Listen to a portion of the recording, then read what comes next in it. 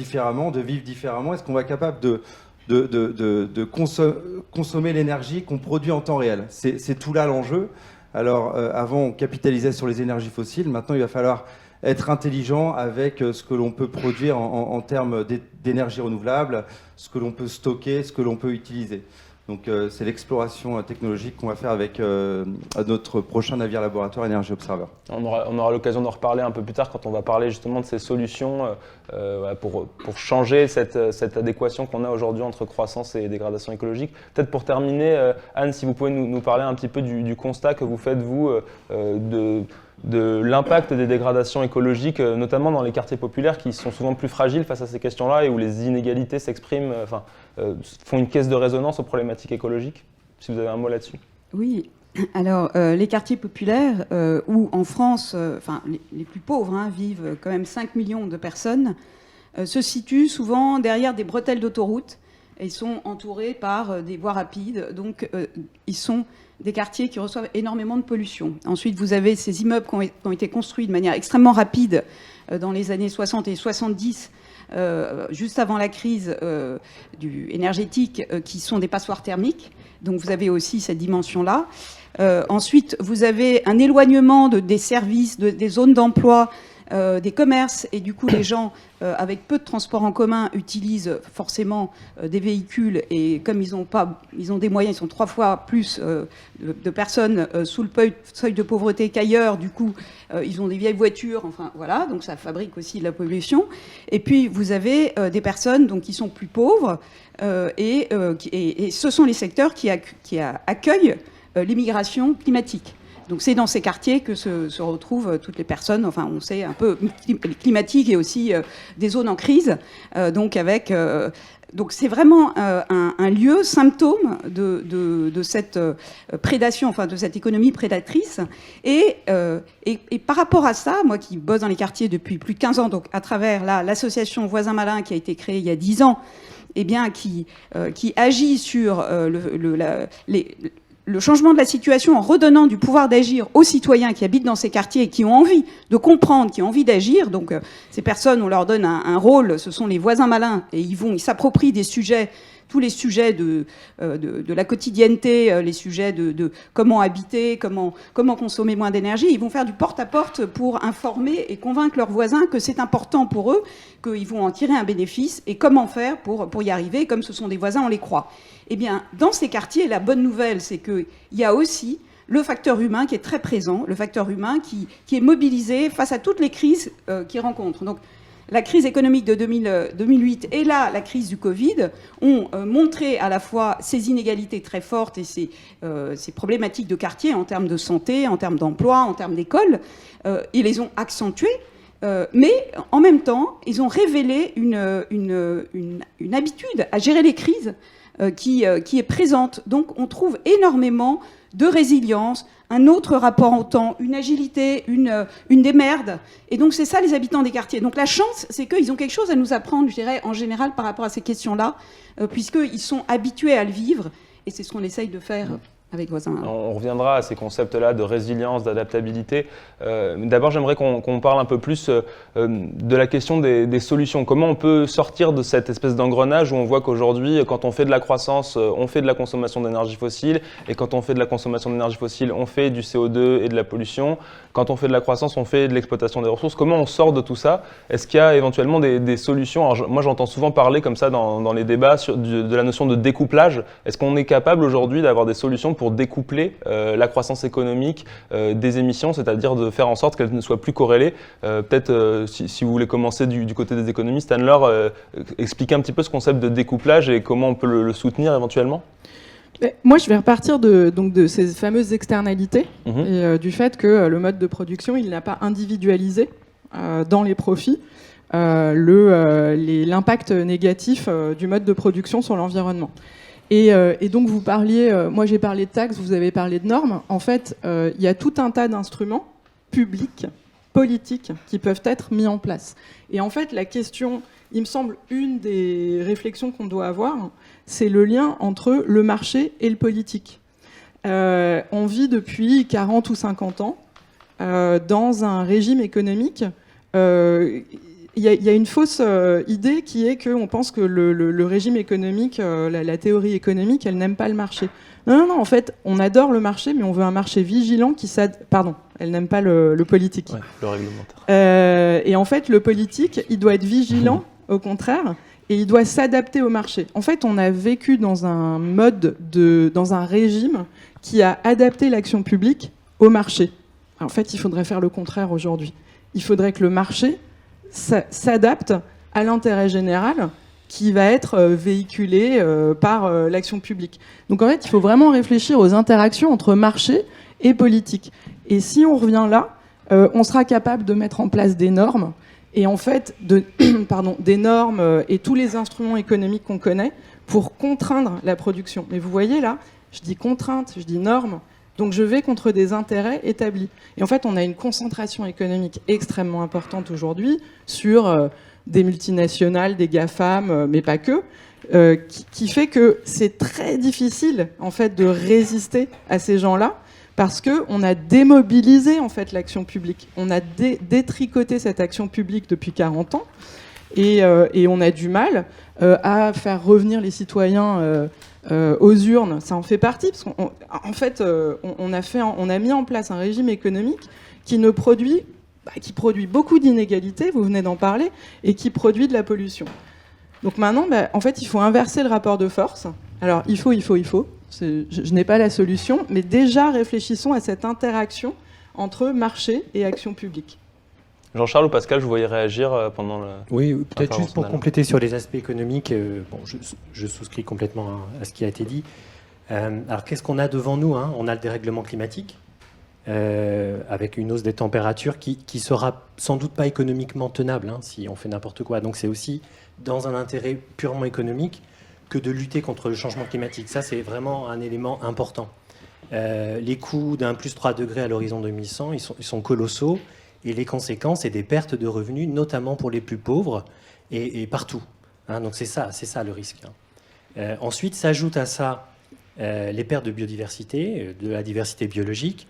Alors, encore un peu un chiffre économique, hein, on considère aujourd'hui que, à peu près, selon les études, en moyenne, la moitié du PIB mondial repose, donc purement des activités marchandes, repose sur des services rendus par la nature. Hein, c'est-à-dire fourniture de ressources naturelles, support de production agricole, épuration de l'air, de l'eau, etc. Ce qu'on appelle les services écosystémiques. Exactement. Donc ces services rendus par la nature, si ils sont touchés négativement, c'est également des revenus du PIB en moins et des questions d'inégalité croissante, de perte d'emploi, etc. Donc ça, c'est le constat partagé aujourd'hui par les économistes. Je lisais d'ailleurs une étude, je crois, de l'Agence européenne de l'environnement qui dit que dès aujourd'hui, on perd 3% du PIB de l'Europe à cause de la dégradation de la biodiversité qui est déjà en cours. Donc j'imagine qu'effectivement, ouais, c'est des problématiques prégnantes. Alors, pour revenir à la croissance, parce que c'est un peu le mot poil à gratter dont tout le monde parle, hein, et tout le monde a... Ou alors on parle de décroissance. Hein. Ce que je voulais dire sur la croissance, c'est que pour des raisons liées aux différents facteurs de production dont j'ai parlé tout à l'heure, certains sont croissants, certains sont là, certains sont mobilisables, et du coup font qu'aujourd'hui, le changement climatique n'apparaît pas encore comme une contrainte colossale. Les ressources se raréfient, mais on est dans une période d'innovation dans le numérique. Donc tout ça, et tous ces problèmes environnementaux dont je parle sont compensés par d'autres facteurs qui peuvent croître. Et donc, on est dans un univers de croissance encore à l'heure actuelle. Hein, c'est le paradigme. Et je pense que pour des raisons d'inertie, cette croissance, elle est encore devant nous. Alors, je ne vais pas jouer les Cassandres, je ne vais pas vous donner une date à partir de laquelle on sera en décroissance. Ce que je veux dire, c'est que pour les années qui viennent, la croissance mondiale est là, ne serait-ce que pour des raisons purement démographiques. D'accord ? Et donc, la question est de verdir cette croissance.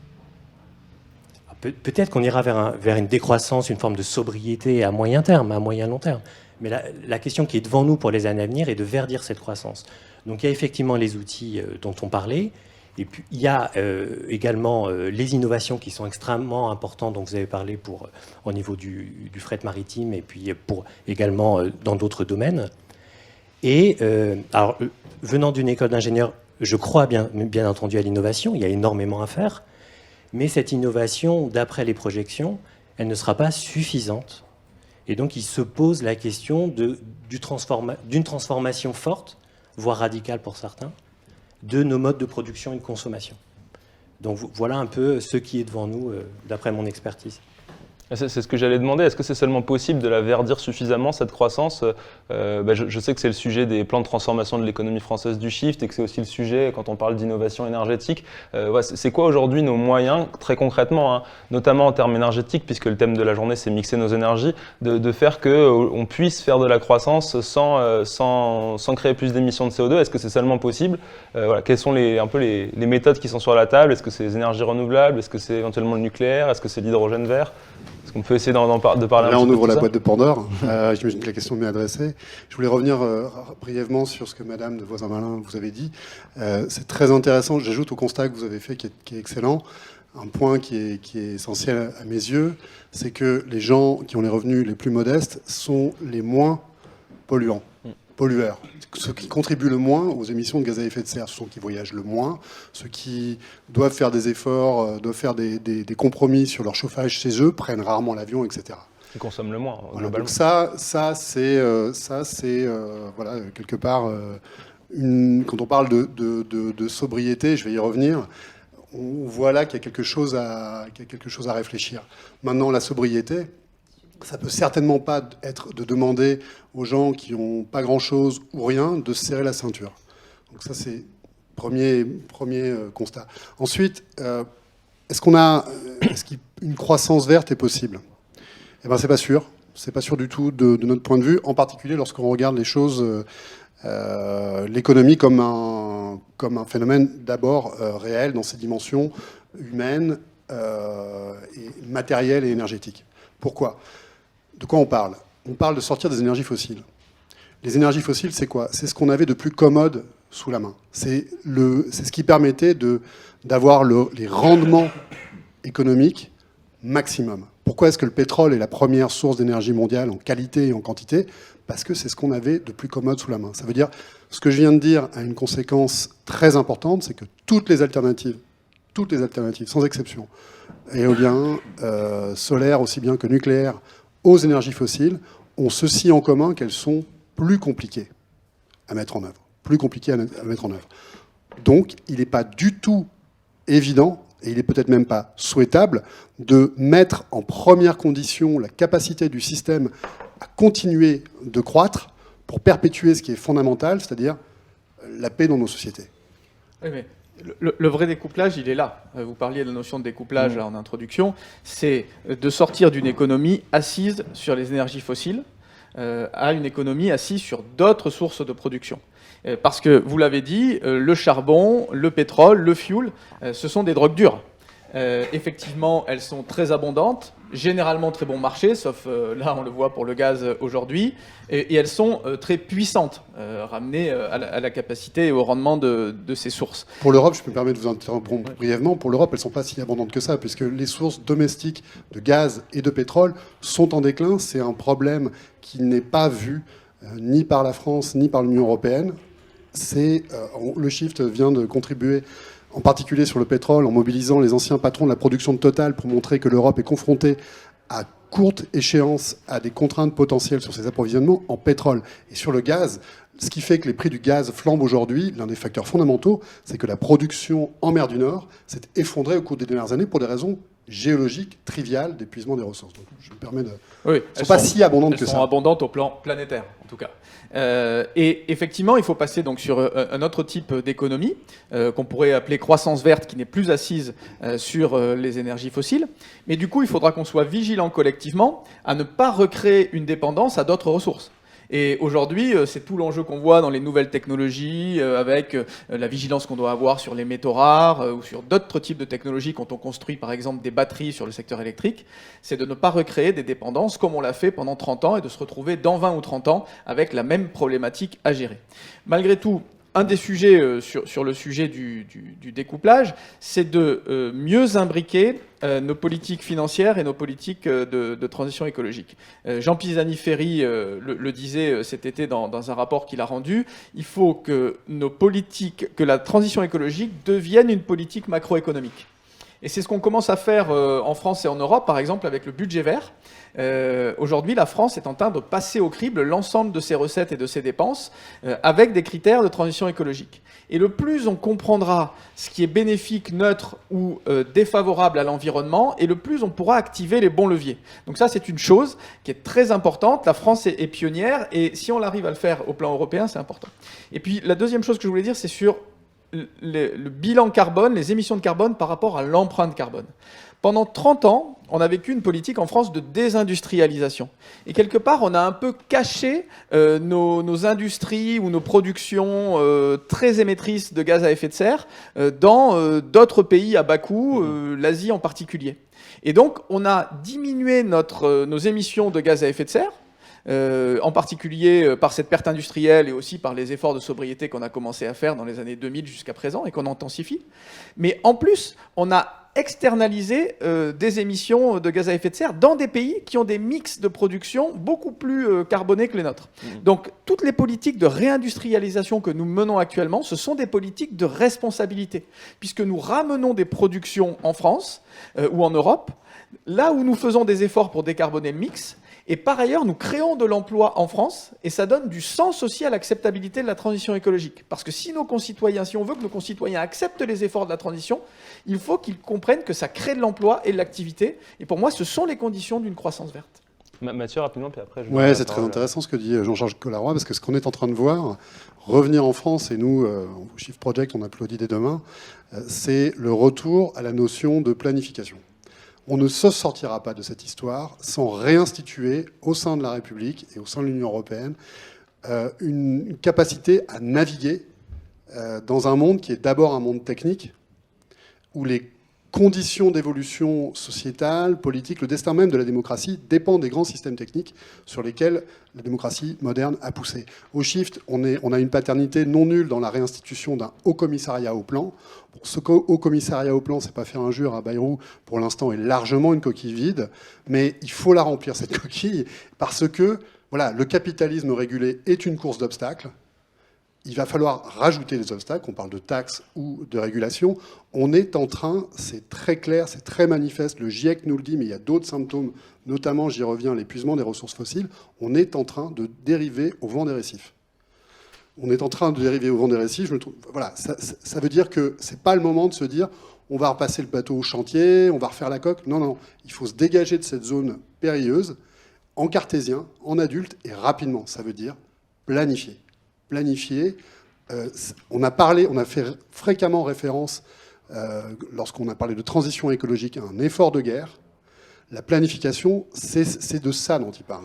C'est de ça dont on parle. Et la seule ligne de vie, finalement, dans cette navigation à vue, parce qu'il y a beaucoup de choses qu'on ne voit pas encore. Vous avez parlé des métaux critiques. On ne sait pas trop si on aura assez de cuivre ou de cobalt pour faire toutes les évolutions technologiques que l'on envisage. On ne le sait pas aujourd'hui. Donc on parle vraiment d'une navigation à vue.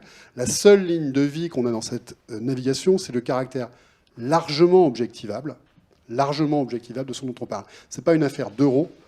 La monnaie n'est pas notre première ressource rare dans cette histoire. Ce qui est rare, c'est l'énergie et un certain nombre de matériaux. Voilà. Ça, c'est des dimensions qui sont physiques. L'économie est d'abord un phénomène physique et technique. Et c'est grâce à ça qu'on peut arriver à interpréter ce qu'on peut faire, les portes ouvertes, les portes fermées et les impasses. Mais il faut le faire très très vite parce que pour l'instant, en particulier en Europe, où largement on s'est payé de mots depuis une génération, on a perdu une génération en palabres inconséquentes, on rêve un peu. On voit aujourd'hui la réouverture de Nord Stream, l'ouverture de Nord Stream 2. On est très, très, très dépendant de sources de gaz. On voit les prix du gaz flamber. Tout ça, c'est des nuées qui s'accumulent sur l'horizon dans une navigation, je le répète, au vent des récifs, où pour l'instant, on a très peu de manœuvrabilité. Donc il faut récupérer la manœuvrabilité. Ça veut dire planifier une navigation, faire un plan de nav. C'est pas parce qu'on parle de navigation que je vous donne la parole, hein, Victorien, mais est-ce que vous avez un regard sur ce débat de ces solutions qu'on pourrait mettre en place pour sortir de l'engrenage croissance, dette écologique, que ce soit sur le plan technique ou sur le plan politique, presque social, est-ce que vous avez un regard là-dessus ?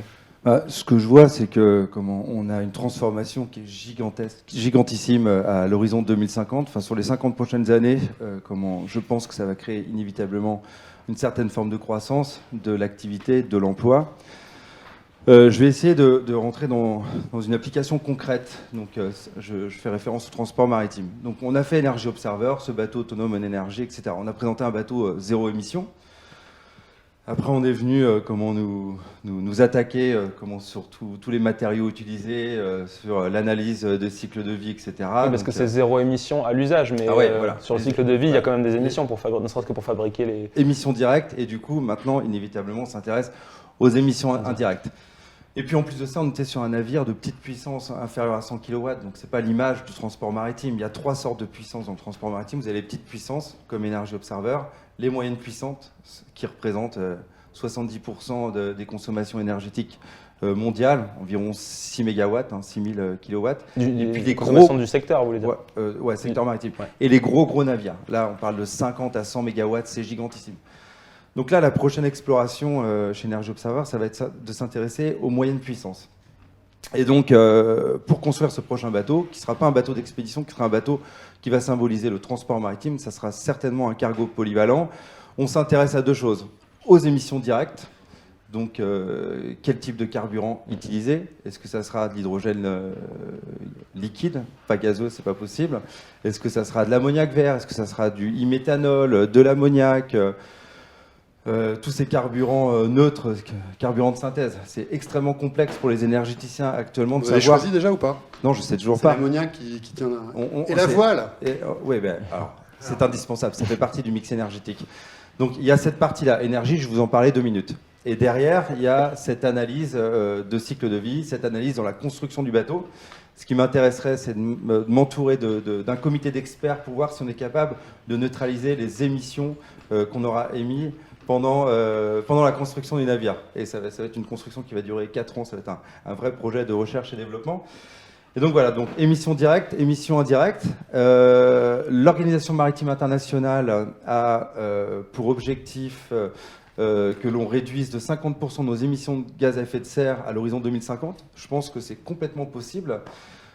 Pourquoi? Parce que justement, il existe le mix énergétique, ça, il y en a peu qui ont cette conscience en tête, notamment les utilisateurs des navires qui font confiance essentiellement aux énergies fossiles.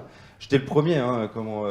Pourquoi j'ai eu ce déclic avec Energy Observer? C'est que j'étais en pleine Transat Jacques Vabre et j'ai perdu ma course parce que mon alternateur diesel ne fonctionnait plus. J'avais qu'une seule source d'énergie à bord, alors que j'étais entouré de plein de sources d'énergie renouvelable. C'est pour ça que je me suis lancé dans le mix énergétique, redondance, etc. Donc, pour le mix énergétique, utiliser la voile, le vélic, ça permet de réduire, et on fait avec Energy Observer, de 15 à 45% de nos émissions de gaz à effet de serre. Et avec ces nouveaux carburants, zéro carbone comme l'ammoniac vert, si on arrive à le verdir, cet ammoniac. Donc l'ammoniac, c'est 3 atomes d'hydrogène et 1 atome d'azote. On aura besoin de beaucoup d'hydrogène à l'horizon 2050, même pour ces carburants de synthèse.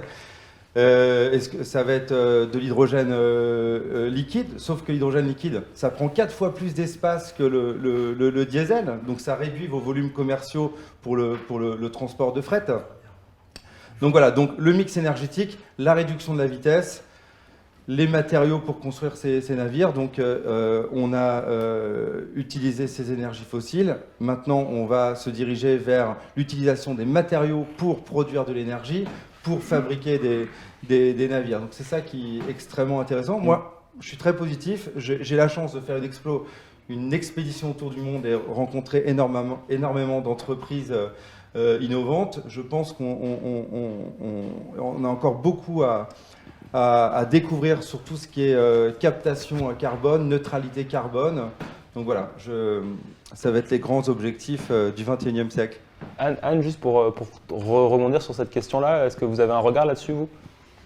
Oui, alors moi j'ai un regard. D'abord, je pense qu'on a beaucoup parlé d'innovation technologique, mais l'innovation technologique sans l'innovation sociale ne suffira pas, puisque face à ces inégalités grandissantes qui génèrent d'abord pour ceux qui sont en retard l'envie de rattraper et donc une fascination pour les modèles les idéaux de réussite pour les marques, et on peut pas les blâmer. Enfin, je vois ça vraiment dans les quartiers, et c'est normal. C'est une manière de faire partie du rêve collectif. Et puis ça génère aussi une expérience extrêmement douloureuse, du désespoir de ne pas y arriver, de voir qu'on dégringole encore plus, et de l'humiliation d'avoir sous le nez des réussites qui sont tellement éloignées alors que soi-même on est dans la mouise.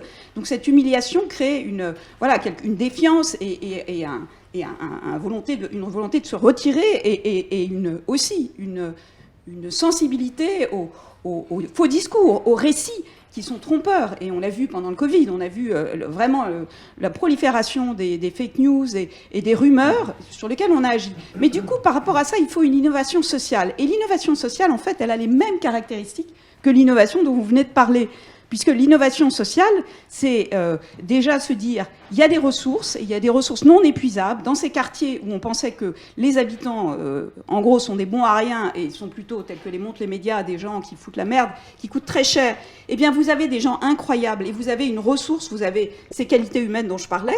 Donc, il faut savoir les trouver, les capter, les valoriser financièrement, et ça donne aussi une sécurité aux personnes dont elles ont besoin. Donc voilà, il y a des activités à créer, c'est pas juste considérer que les gens doivent être bénévoles alors qu'ils ont des vies compliquées, c'est pas possible sinon. Mais ensuite, c'est le mix énergétique. Et le mix énergétique, il existe aussi quand on fait travailler des habitants avec des experts, avec des institutions, avec des Veolia, avec des collectivités locales. Et donc, on crée des coopérations pour résoudre les situations. Et par exemple, quand on travaille avec un bailleur social qui n'arrive pas à régler le problème des punaises de lit dans son quartier parce que les gens ne signalent pas, et ensuite il a beau nommer une entreprise, il faut préparer son appartement, les gens ne savent pas comment faire. Si vous prenez des gens qui vont comprendre, qui vont voir l'intérêt, qui vont aller expliquer, convaincre leurs voisins de signaler, et que il ne faut pas avoir honte, et ensuite de préparer leur appartement pour, quand l'entreprise intervient, il y ait des résultats, eh bien, ça crée des victoires, et des petites victoires concrètes, ça redonne confiance, et ça crée une nouvelle forme de développement et de croissance économique dans l'hyper-proximité. Voilà. Bon, ça, c'est un exemple, parce qu'on parle beaucoup d'innovation technologique, mais je pense que le facteur humain et l'innovation sociale, elle est tout aussi importante. C'est peut-être pas le sujet de la table ronde, mais malgré tout, si je suis là, c'est aussi pour ça. Merci. Si, ça peut Je peux réagir brièvement ? Oui, allez-y. Ouais, donc je trouve ça super intéressant, cette confrontation de innovation technique et innovation sociale, parce que finalement, c'est de ça dont on parle. Innovation technique, on sait faire sur la paillasse, dans les laboratoires, on sait à peu près tout faire aujourd'hui.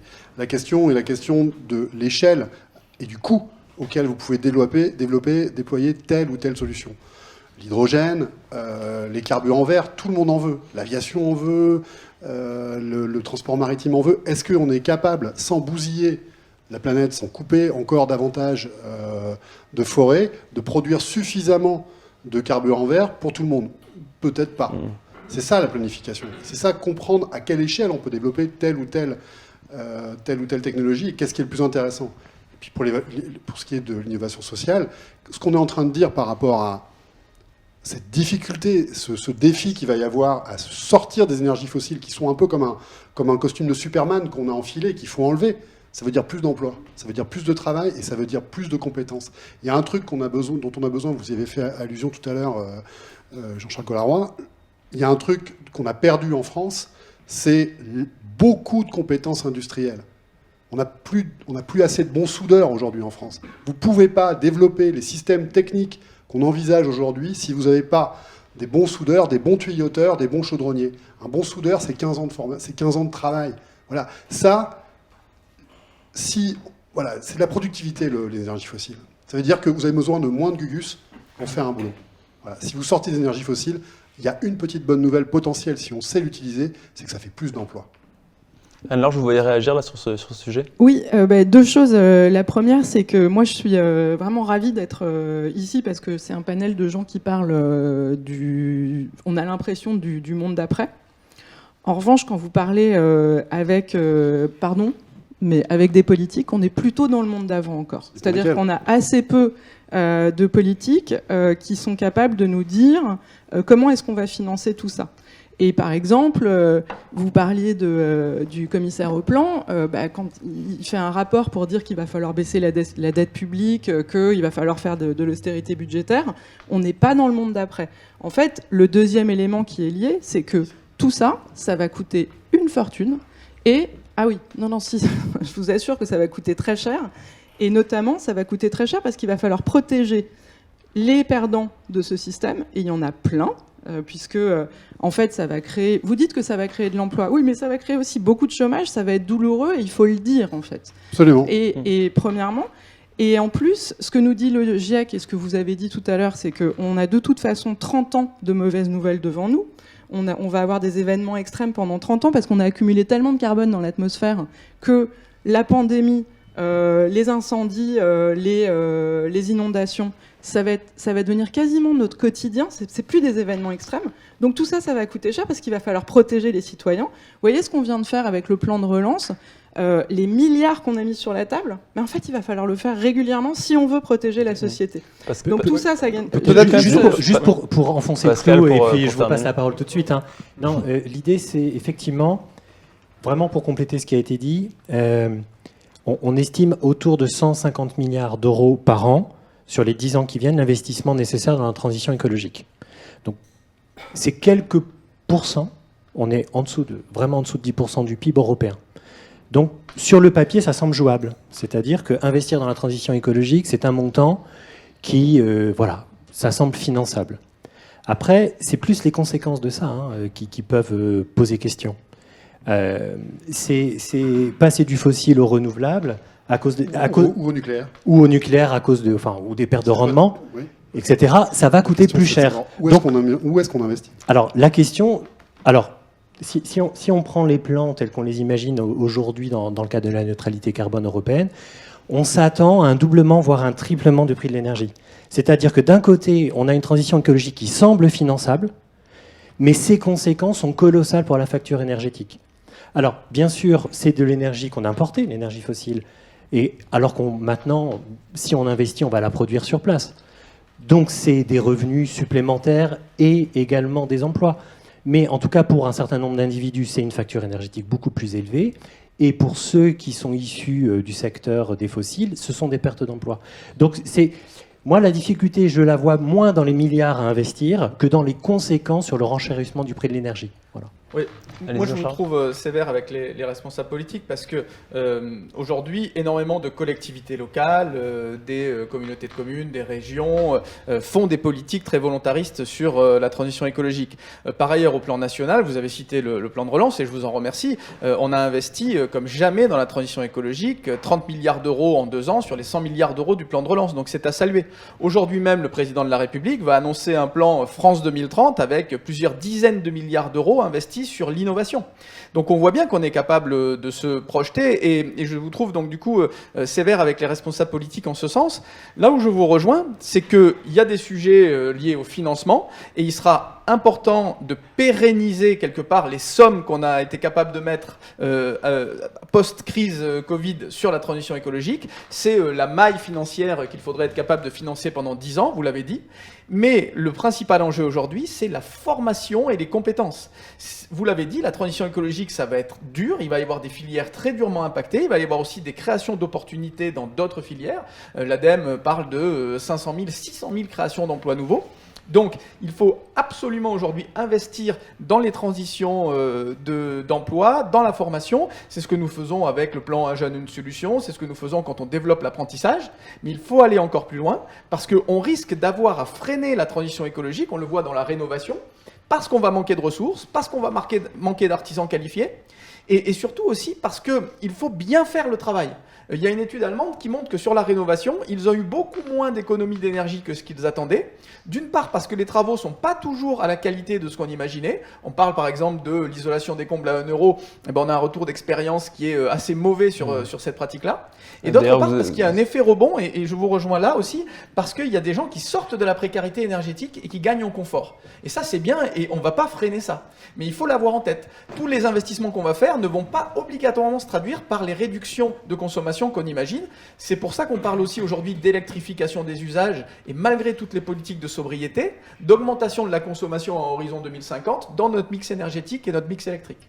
Vous avez Et des puis- analyses et puis, très intéressantes du Shift qui sont d'ailleurs publiées sur YouMatter sur cette question de la rénovation énergétique. Allez-y. Oui, et pour le coup, il y a beaucoup, nous on voit beaucoup d'appartements qui sont rénovés avec des technologies, enfin, et des systèmes digitaux, mais enfin, je veux dire, ça correspond pas du tout au mode de vie des gens. Donc il y a aussi un sujet sur tout ce qu'on invente dans des labos ou je sais pas où, qui ont l'air extraordinaires, qui vont résoudre comment dire, les problèmes de consommation, alors que les gens ne savent pas les utiliser, se méfient aussi de cette intrusion de machines, enfin, digitales chez eux. Enfin, on voit bien l'opposition à Linky.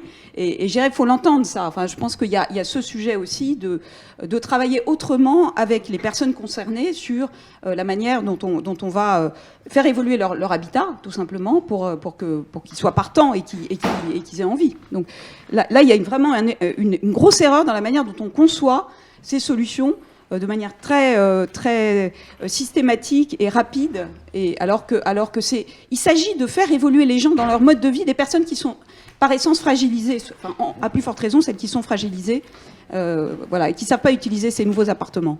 Alors, en vous écoutant, je ne peux pas m'empêcher de me poser une question, ou plutôt de mettre en évidence un paradoxe. On parle de milliards, on parle d'innovation, et d'ailleurs depuis 30 ans, on entend chaque gouvernement, tous les chefs d'entreprise dire on a investi pour la transition écologique, les énergies renouvelables se développent, on a mis des milliards, on n'a jamais autant investi que sous le gouvernement actuel dans la transition écologique. Et en même temps, on ne peut pas s'empêcher non plus de constater que depuis 30 ans, les émissions de CO2, elles n'ont jamais baissé, enfin à part pendant la crise de 2009 et pendant la crise de la Covid, donc elles n'ont jamais baissé en valeur absolue.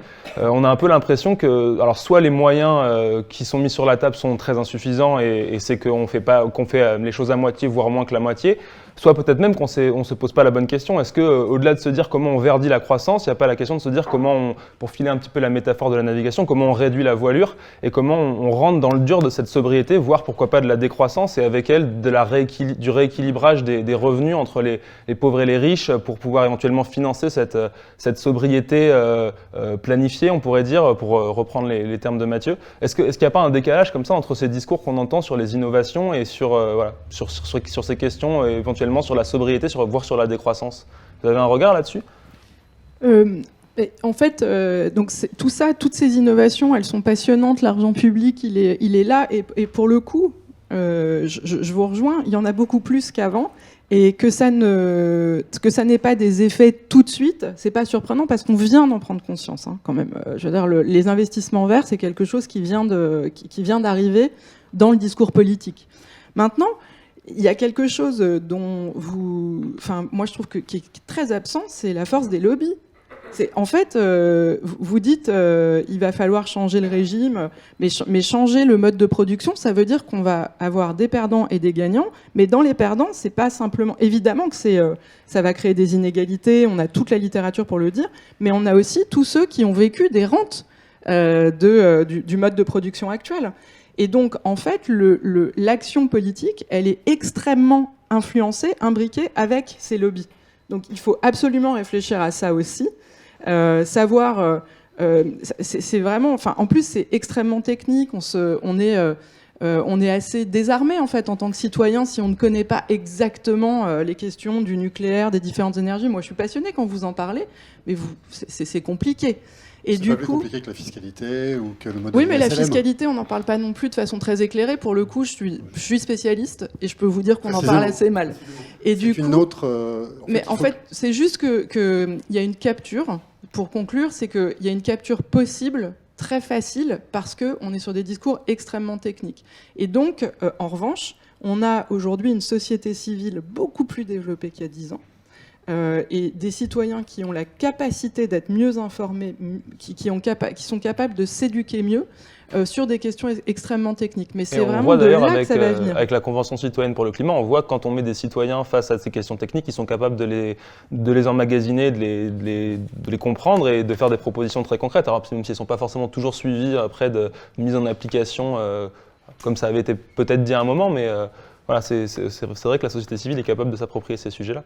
Et du coup, pour rebondir encore sur cette question parce qu'en plus j'ai des questions en live du public, on a Xavier qui nous demande est-ce qu'on ne va pas être obligé de réduire nos consommations énergétiques, donc toujours pour rester dans cette logique de la sobriété, voire de la décroissance, et quelle serait la consommation d'énergie minimale qui permettrait d'avoir un niveau de vie décent, on va dire. Est-ce que... Non, mais ce qui est sûr aujourd'hui, c'est qu'il faut réfléchir à consommer mieux plutôt que consommer moins. Voilà, c'est-à-dire que comment on fait pour être plus efficient avec une énergie ou des ressources planétaires qui se raréfient. Moi, j'assume, je fais partie de la majorité, nous ne sommes pas des décroissants. Parce qu'il faut aussi avoir l'honnêteté de rappeler pourquoi la croissance économique d'un pays est importante. Parce que ça nous permet de financer notre modèle social. Et ça, j'aimerais quand même que ceux qui sont partisans de la théorie de la décroissance expliquent comment ils financent un modèle social en France qui est très redistributif et auquel les Français sont très attachés.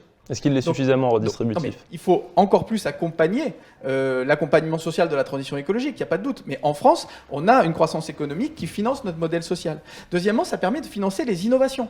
Et là où je ne suis pas tout à fait d'accord avec vous, quand vous disiez on a tout en paillasse pour faire la transition écologique, on a encore de grands défis à résoudre. Sur le développement des réseaux, sur le stockage de l'énergie qu'on n'a pas résolu, sur les innovations aussi sociales. Vous avez parlé de l'acceptabilité, où parfois on met des innovations sur la table et elles ne sont pas acceptées.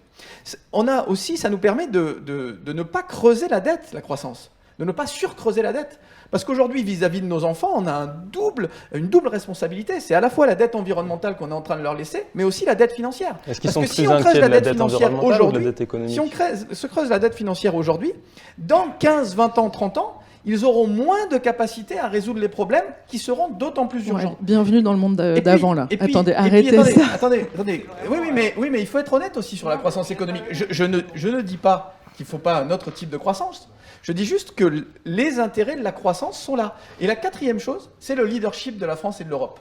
Parce que malheureusement, aujourd'hui, actuellement, on vit dans un monde où beaucoup du leadership se fait sur la croissance économique. Si vous arrêtez du jour au lendemain l'économie de la France, vous ne résoudrez pas les problèmes liés au changement climatique. Alors par Parce contre, que les émissions la de gaz à décroissance, effet c'est de serre, pas elles sont arrêter mondiales. l'économie. Hein. Donc c'est pas parce qu'on dit ça et qu'on est honnête vis-à-vis des avantages de la croissance économique qu'on n'est pas pour changer cette croissance et faire une croissance plus vertueuse et plus respectueuse de l'environnement. Mais moi, je veux aussi rappeler tous les intérêts de la croissance économique et que les partisans de la décroissance oublient souvent de rappeler. Alors la décroissance, juste pour repréciser le terme, c'est pas l'arrêt de la machine économique et c'est pas non plus la récession. C'est une planification qui vise à sortir d'un modèle où on vise la croissance du PIB pour la croissance du PIB. On peut imaginer d'autres formes éventuellement de croissance sur d'autres indicateurs. Mais voilà, je vous voyais réagir. C'est la croissance verte. Les gens qui sont partisans de la décroissance, ils utilisent le mot décroissance. Moi, j'emploie le mot de croissance verte. Je crois au développement durable, même si c'est un oxymore philosophique, puisque un développement infini dans un monde avec des ressources finies est une contradiction. Mais malgré tout, moi, je crois fortement à ce concept parce que je crois à l'innovation et j'ai foi en notre capacité à tous à résoudre un problème et à créer de l'emploi et de l'activité autour de cela. Anne, je voyais réagir. Oui, non, mais en fait, d'abord, décroissance, c'est un concept plutôt politique, économique. Et, voilà, décroissance, je ne sais pas ce que ça veut dire. En revanche, décroissance du PIB, on sait ce que ça veut dire quand même. Vous savez ce que ça veut dire. En revanche, en fait, je crois qu'on parle tous de sobriété depuis tout à l'heure. Et la sobriété, il faudrait la réfléchir de façon désagrégée. Or, la croissance, on réfléchit de façon agrégée. Tout simplement, il faut diviser les revenus. Vous disiez très justement que ceux qui consomment le plus d'énergie, c'est les riches. Et qu'aujourd'hui, les pauvres, ils sont dans les clous. C'est-à-dire qu'ils sont tout à fait aux objectifs de 2050. Leur consommation d'émissions carbone et d'énergie, elle est déjà comme il faut. Donc en fait, la sobriété, il faudrait l'imposer à ceux qui consomment le plus d'émissions carbone et organiser une croissance économique, peut-être. De toute façon, on ne va pas avoir le choix, elle va être ralentie, vous venez de nous le dire. Hein. Donc voilà, c'est comme ça. En revanche, il va falloir organiser une redistribution. Vous disiez, est-ce que le système est assez redistributif ? Non. Enfin, clairement, il ne l'est pas. Quand on voit assez. les rapports d'Oxfam qui expliquent que 1% de la population détient 50% des richesses et qu'en même temps, c'est 1%, c'est aussi 50% des émissions. Oui. Alors bon, après, ces rapports sont discutables. Hein, je suis d'accord non, mais bon, voilà, ils sont ce qu'ils sont. Mais en revanche, il y a tous les travaux de Piketty et du World Inequality Lab qui documente ce débat. Et même si, en fait, on peut faire un constat sur les inégalités qui sont passées, mais là, il faut vraiment réfléchir aux inégalités qui vont venir. Donc, il faut, c'est horrible de parler comme je parle, mais c'est-à-dire qu'il faudrait réduire la consommation carbone des plus riches et redistribuer vers les plus pauvres pour compenser les effets négatifs de cette sobriété. Quelque part, une décroissance des plus riches et une croissance pour les plus pauvres. Un petit peu. Oui. Vous avez une réaction sur ce sujet? Sinon, j'ai des questions en même temps en ligne. Si quelqu'un veut contribuer au débat sur la sobriété, la planification, je sais que Mathieu a des choses à dire. Je peux me lancer. On peut tout à fait imaginer des... Il ne faut pas raisonner simplement avec des symboles. Croissance, décroissance... C'est trop simple, c'est trop lapidaire. En fait, dans la manière dont on met en œuvre et les choix d'investissement qu'on fait, vous pouvez tout à fait, dans bien des cas, assez facilement, trouver des voies médianes qui permettent d'aboutir à ce que moi j'appellerais une sobriété des systèmes techniques. Voilà. Lorsque la crise des Gilets jaunes est arrivée, c'était triste à dire, mais on a fait au Shift Project, on s'est dit, tiens non. Demander aux gens qui n'ont pas grand-chose, à qui on a dit d'aller s'installer loin des centres urbains pour payer le foncier moins cher, dire à ces gens-là, bah maintenant tu vas payer ton gasoil plus cher, et comme tu es un homme ou une femme économique rationnelle, eh ben, tu vas faire des choix rationnels, c'est-à-dire tu vas t'acheter une Tesla ou tu vas déménager. Je caricature à peine. Voilà, c'est ce caractère inepte, pour l'instant, ou très, très balbutiant de la réflexion sur une planification. Et la planification de la transition écologique, elle commence par où se trouvent les investissements pertinents. On a fait la démonstration au Shift Project. Alors malheureusement, elle n'est pas encore mise en œuvre, mais on a fait de manière très précise, notamment dans la plupart des agglomérations de la vallée de Seine, en partenariat avec l'ADEME, que vous pouvez tout à fait développer des alternatives à la bagnole individuelle, y compris en grande périphérie, avec des montants d'investissement qui n'ont rien à voir avec ce que la nation a pu mettre sur la table pour financer les autoroutes ou les TGV, pour développer effectivement les structures qui permettent de se passer de la bagnole au quotidien, ce qui est un très très gros morceau des enjeux de décarbonation. C'est 31% à peu près des émissions de CO2, les transports en France. Et les investissements qui permettent de faire ça dans le bus, dans le vélo électrique, dans le train, sont modiques et, au bout du compte, permettent aux gens de se déplacer avec des temps de déplacement équivalents, d'abord les mains libres quand ils se déplacent, largement, sauf que quand ils sont sur un vélo, et si les choses sont bien faites, et c'est donc vraiment dans la manière, techniquement, dont on déploie ces solutions, et on a toute une ingénierie, tout un savoir-faire pour le faire, de réduire leur budget de mobilité. Vous voyez, vous investissez des sommes dans ce domaine-là. Il y a des domaines où c'est beaucoup plus compliqué. L'aérien, il n'y a pas de solution miracle, c'est clair. Et effectivement, c'est plutôt les gens les plus riches qui devraient peut-être faire un effort par rapport à ça. Vous voyez, il y a une composition de solutions qui sont à la fois techniques, mais la technique ne peut pas tout résoudre, et d'organisation sociale. Si je parlais de l'aérien, on peut parler du numérique. Est-ce que le législateur n'a pas son mot à dire sur le fait de privilégier des usages plus ou moins vertueux d'un numérique qui est la part la plus croissante, vertigineusement croissante? Nous, au Shift, on s'est positionné contre la 5G, et on assume, par exemple. Attention à ne pas vous faire traiter d'amiche. Eh ben moi, je peux vous montrer mon téléphone d'Amish 2.0. Il est quand même très sophistiqué. Il a une puissance supérieure à la capacité qui a permis aux Américains de mettre des hommes sur la Lune. C'est ce machin-là. Bon, c'est quand même déjà presque trop sophistiqué pour moi, mais bon, bref. Mais tout à l'heure, quand vous saluiez saluiez les politiques de réindustrialisation, quand vous discutez avec des grands groupes qui ont délocalisé des industries, une des questions qu'elles posent, ce sont les questions du numérique, de la 5G, de l'emploi à une énergie peu chère et décarbonée. Donc on peut avoir un discours de facilité anti-5G, on peut avoir un discours de facilité... moi je ne considérais pas ça comme très facile. De décroissance. Mais... Non, si, c'est plutôt un rouleau compresseur en face. Il faut que ça soit cohérent aussi avec ce à quoi on aspire, c'est-à-dire la relocalisation de l'industrie, de l'emploi en France, de la création de richesses qui nous permet de financer un modèle social. Donc on peut souhaiter une nouvelle croissance, plus durable, plus respectueuse des hommes, attentive à la justice sociale. Mais tomber dans la caricature, finalement, du développement des nouvelles technologies qui sont une des clés de la transition écologique, c'est aussi compliqué. Je n'ai pas compris ce que vous avez dit. Je suis désolé, il y a des techniques Voilà, la technique, voilà, comme son nom l'indique, est un outil. Il y a, nous, dans la manière dont on réfléchit dans notre plan de transformation de l'économie française, on pense à une relocalisation des industries dont les fonctions sont utiles, réellement utiles. Je suis désolé, la 5G, l'IoT, il y a énormément de domaines. Le fait de pouvoir disposer de très haut débit pour regarder du porno, ça a un impact, ça a des conséquences lourdes. Je suis désolé, la politique, l'écologie politique ne peut avoir un avenir que si elle fait parler la technique. On a mis 20 ans à faire accepter de parler la nature dans le débat politique. Il est légitime. Alors, certains s'arrogent ce droit, pas forcément de manière pertinente ou légitime, mais au moins la nature, on l'a fait parler dans le débat politique. Si vous ne savez pas faire parler la technique, dans le débat politique et arbitrer, la technique n'est qu'un outil. Il y a des choix techniques qui sont vertueux, il y en a d'autres qui sont ineptes, et il y en a d'autres qui sont catastrophiques. L'argent que la nation française a mis, par exemple, dans les renouvelables, n'a pas réduit d'un iota notre empreinte carbone. Et ça tombe sous le sens quand on passe 5 minutes à réfléchir au sujet. Après, voilà, il y a des choix. On peut aussi accepter... C'est le rôle du politique d'intégrer... la technique n'est pas vertueuse en soi, on le voit bien. On peut aussi accepter de faire des choix qui reposent sur des techniques et en même temps de changer de regard par rapport à cette technique. C'est ce que d'ailleurs je pense, Victorien, vous faites.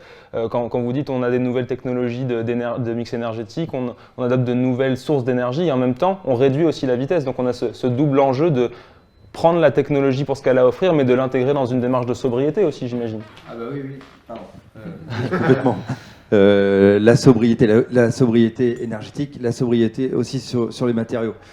Et il y a un point sur lequel je voulais argumenter tout de suite, c'est deux choses extrêmement importantes. On n'en parle pas tant que ça, c'est la taxe carbone. Pour développer ces carburants verts, il est urgent d'augmenter en fait cette taxe carbone qui permette de se poser des questions et de moins consommer. Il faut savoir aujourd'hui qu'avec les technologies existantes, c'est que pour qu'il y ait une compétitivité par rapport aux énergies fossiles, il faudrait que la taxe carbone soit de $335 la tonne. Donc c'est beaucoup, c'est pas une récession. Pardon ? Vous aurez une récession. En fait, on peut interdire des choses. La taxe carbone est un outil. Pardon. C'était une question en ligne de Charlène qui demandait est-ce que taxer le carbone ou la surproduction peuvent être des outils pertinents. Tu peux dire, je te donne pour ta vie un budget kilométrique et non pas euro pour faire des voyages en avion.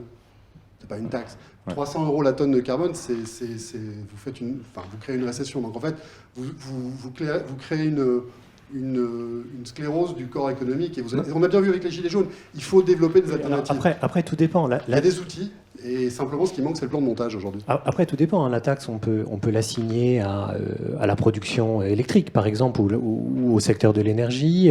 Après, on peut avoir progressive éventuellement. Oui. Voilà. Donc, ce que je veux dire, alors il y a beaucoup d'études qui montrent qu'en France, on est plutôt autour de 100 € la tonne pour que des technologies de type nucléaire, éolien et autres, solaire, etc., deviennent rentables par rapport au gaz, qui est le problème, qui est le truc. La source de production électrique qu'il faut sortir du mix électrique français. Donc après, on est au-delà de 100 € la tonne pour des technologies là, qui sont encore en développement, très clairement. Alors, bon, la taxe carbone pour les économistes, puisque ça a été dit, c'est un peu une vision de l'esprit aussi, de quels sont les transferts sociaux à organiser dans la société. Donc souvent, les modèles permettent de sortir la valeur d'une taxe. Et ça ne veut pas dire qu'il faut mettre une taxe à la fin. Ça veut juste dire qu'on a ça à transférer. On a ça, c'est la valeur sociale. Alors ça peut passer par des normes et des tas de choses. Ça peut aussi passer par la planification pure et dure. Je veux ça dans mon mix électrique. Je veux telle technologie. Et je fais un appel d'offres pour ça. Donc tout ça sont des idées un peu anciennes qui vont revenir, je pense. Les questions d'appel d'offres, les questions de planification. Donc on va avoir... 100 € la tonne ou 300 € la tonne, c'est aussi une vue de l'esprit. On n'est pas bloqué parce que ça n'est pas forcément une taxe carbone derrière. C'est ce que je veux dire. Donc sobriété énergétique, mais il y a aussi la sobriété des matériaux. On va avoir besoin d'énormément de matières premières, de métaux critiques, etc.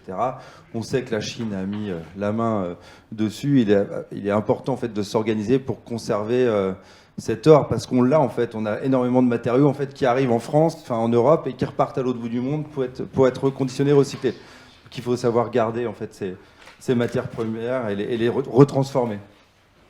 Sur cette question de la sobriété, peut-être Anne, parce que vous aviez parlé au début de la sobriété qui est parfois d'ailleurs subie dans les quartiers populaires et qui s'accompagne aussi de beaucoup de résilience. Est-ce que vous pensez qu'aujourd'hui, dans ces quartiers, on est prêt à faire, entre guillemets, j'ai envie de dire, ces renoncements pour aller vers un modèle plus sobre? Déjà, est-ce qu'il ne nous l'est pas imposé dans ces quartiers aujourd'hui, avec le modèle économique qu'on a aujourd'hui?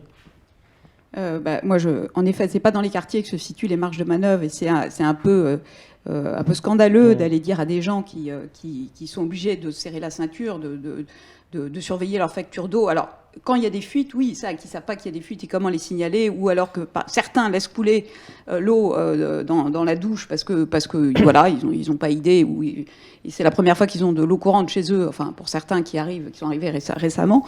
Donc là, en effet, il faut donner des messages, mais je dirais le sujet, je pense que les marges de manœuvre, elles se situent pas chez les populations pauvres, parce que c'est pas eux qui sont générateurs de difficultés. En revanche, enfin de la dette dont vous parlez tout à l'heure.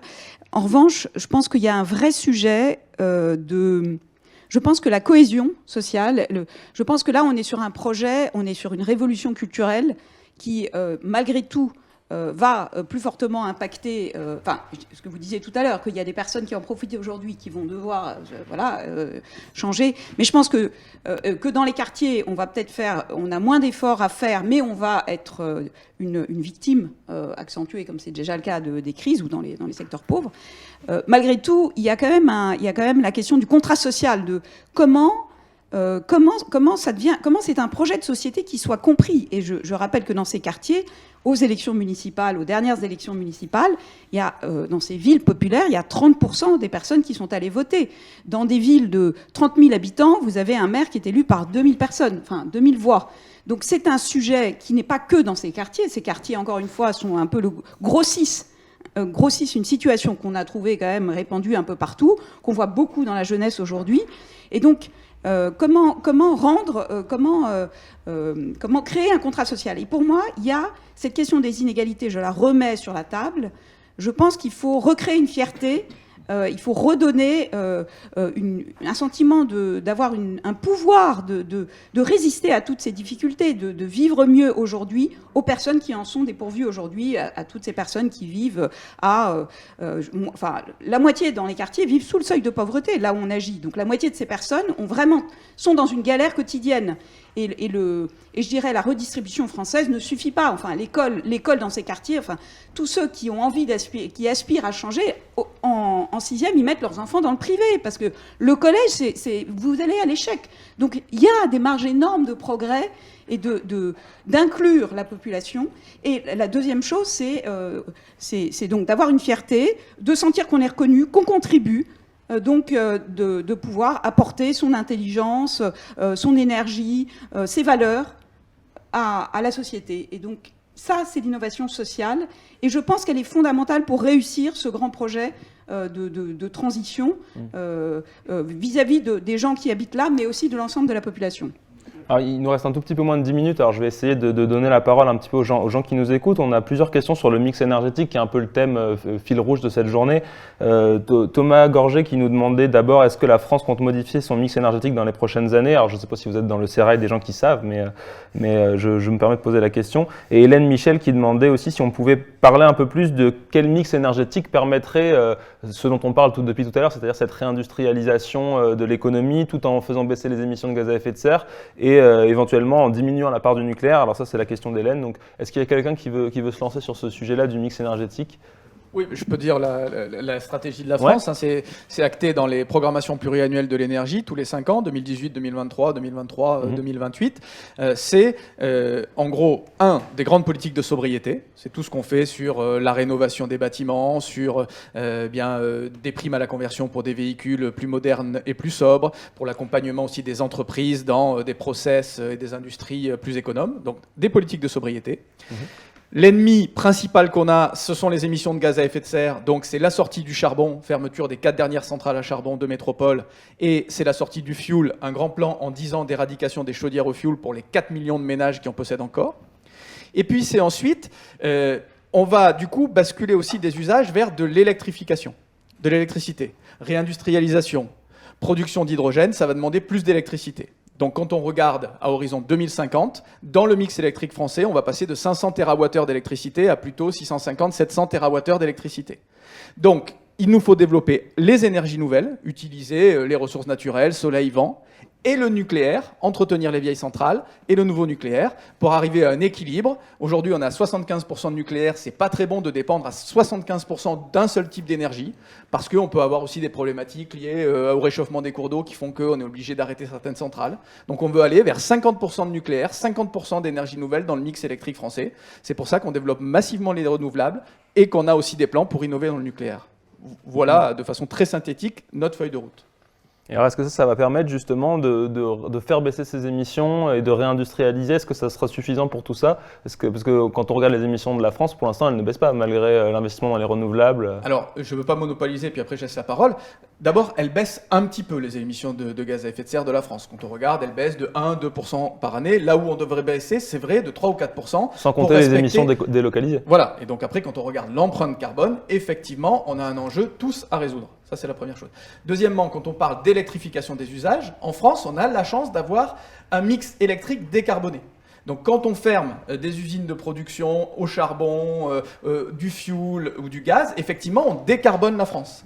Donc l'électrification des usages, ça va décarboner la France avec les renouvelables et avec le nucléaire. Mais il faudra des politiques aussi de sobriété très fortes, rénovation des bâtiments, transition écologique, pour pouvoir contraindre encore nos émissions de gaz à effet de serre. On a un enjeu majeur. Et puis après, c'est tous les autres usages. La mobilité, on va passer des véhicules thermiques aux véhicules électriques, la consommation d'énergie, la production, où là, on a une responsabilité individuelle, mieux donner des informations et mieux accompagner les citoyens, et des responsabilités collectives, des normes, des taxes qui nous permettent d'infléchir les comportements des routiers, des agriculteurs. Mais il va falloir passer d'une écologie de la contrainte à une écologie du contrat. Parce que sinon, vous avez une mobilisation de tous les acteurs sur des habitudes qui sont difficiles à changer. Les agriculteurs, c'est compliqué de faire une transition, de sortir des engrais azotés. Les constructeurs routiers, c'est compliqué de sortir du gazole quand on a une concurrence européenne. D'où l'intérêt d'accroître le leadership de la France, en Europe et dans le monde. Sur cette question du mix énergétique, peut-être Victorien ou Mathieu, si vous avez un retour là-dessus. Dans le mix énergétique, donc on parle de l'électrification des usages. Donc il y a la décarbonation de la mobilité, mais aussi la décarbonation de l'industrie. Donc il y a toute cette production d'énergie. On parle de nucléaire, les futurs. Small modular reactor. Exactement. On parle d'énergie renouvelable, on parle de compétitivité par rapport aux énergies fossiles, mais il faut aussi parler de vecteur énergétique. Donc moi, je crois beaucoup vous l'aurez compris, en ce vecteur énergétique. Il y a des gros enjeux. Alors dans le mix énergétique, l'hydrogène, on parle de potentiellement à l'horizon 2050 de 20% de gaz à effet de serre en moins grâce à ce vecteur énergétique. Ça pourrait générer 30 millions d'emplois et on parle d'un chiffre d'affaires d'environ 2500 milliards de dollars à l'horizon 2050.